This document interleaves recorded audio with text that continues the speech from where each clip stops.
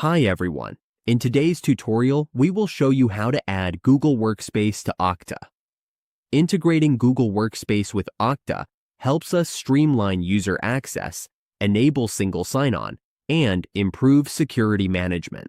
Let's get started. On the Okta dashboard, we add Google Workspace by going to the Application section. Applications are on the left side of the dashboard. There is a drop-down menu. Click this application. On this page, click the Browse App Catalog button. Click it. In the search bar, type Workspace to see all the results. We will see Google Workspace in the list. Click it and add integration. Choose this option and then click Next. Here, we set up the Google domain, assign an option, and upload the required file. After choosing the user format, add the IP ID here. When this is done, Google Workspace is connected to Okta.